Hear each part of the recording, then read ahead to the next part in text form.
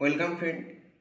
আগামীকাল অর্থাৎ 19শে আগস্ট কোন কোন স্টকে ভালো মোমেন্টাম আসতে পারে সেগুলো নিয়ে আজকের আলোচনা।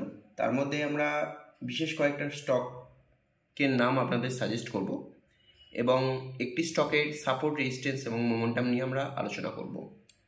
তো first stock RBL Bank, PNB, OFSS, Maruti, Sun Pharma, Bandhan Bank, NTPC, Sun TV. তো আমরা সান টিভির চার্টটা এখানে খুলে রেখেছি। আপনারা দেখতে পাচ্ছেন সান টিভিতে অলরেডি একটা দারুণ জায়গা বানিয়েছে। সান টিভি প্রায় আমরা এটা 12ই আগস্ট একটা ডাউনফল এসেছিল। ডাউনফল আসার পরে মোটামুটি ডাউন ট্রেন্ডেই ছিল। প্রায় আমরা এখানে দেখতে পাচ্ছি 13ই আগস্ট অবধি ডাউন ট্রেন্ডে ছিল। এখান থেকে একটা দুর্দান্ত সাপোর্ট বানায়। এই সাপোর্টটা কত? এই সাপোর্টটা আমরা দেখতে পাচ্ছি 780 লেভেলে সাপোর্ট ছিল।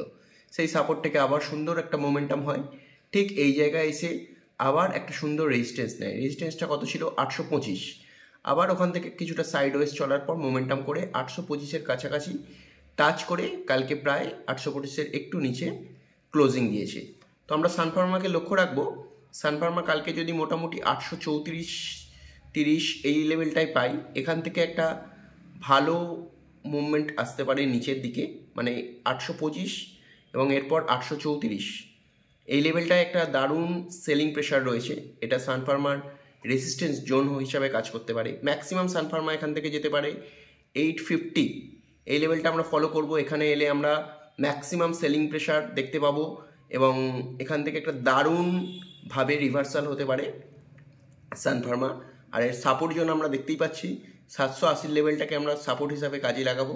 তো এই মোমেন্টাম যদি কালকে সান ফার্মাতে থাকে তাহলে আমরা সেলিং প্রেশার অনুযায়ী এখান থেকে সান ফার্মাকে সেল করতে পারি, এখান থেকে সেল করতে পারি, আর নিচে এলে এখান থেকে বাইরে আসতে পারি। তো এইটুকু আপডেট দিলাম। এরপরে আমরা আপডেট দেবো প্রত্যেক দিন এবং কালকের লাইভ মার্কেটে আমাদের ট্রেডিং সহ আরও নতুন কিছু আপডেটেশন আপনাদের জানাবো। Bye bye.